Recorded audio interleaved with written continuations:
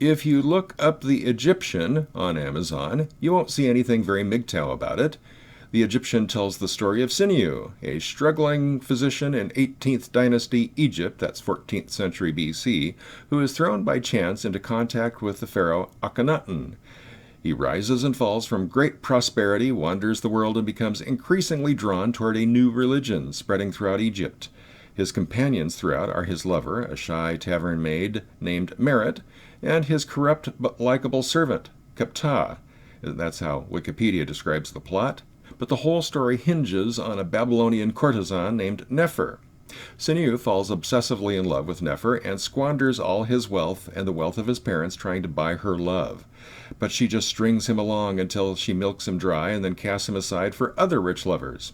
The novel was written by Micah Waltari and is available in print, Audible, and Kindle editions on Amazon.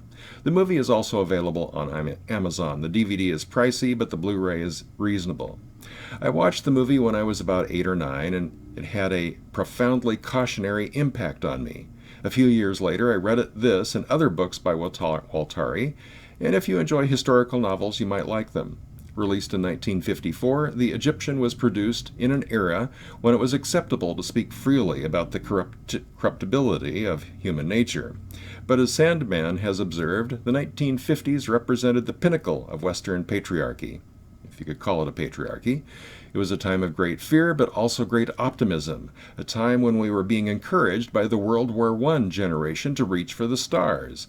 But then the so-called greatest generation, those born and raised during the Depression of the 1930s and who came up to power during the 1960s, celebrated suburban life with sirens and the Cold War with Russia. A Cold War that arose out of World War II, which Patrick J. Buchanan has correctly called the unnecessary war. The Cold War fed the military-industrial complex and the growth of big government. Now, as we draw to the pinnacle of the hypergamy that the Egyptian warned about, we are also nearing the pinnacle of big government. If the greatest generation had taught the baby boom generation the lessons they learned from the World War I generation, such as the lessons contained in the story about the Egyptian, we might have avoided this. But Martin Armstrong, whom I often cite here, teaches that human nature generates these cycles. We can't fight the beast. All we can do is learn about the cycles, learn to negotiate our way through them, to survive, and if we are smart or lucky, prosper. For the Backlash at Backlash.com, my name is Rod Van Mecklin.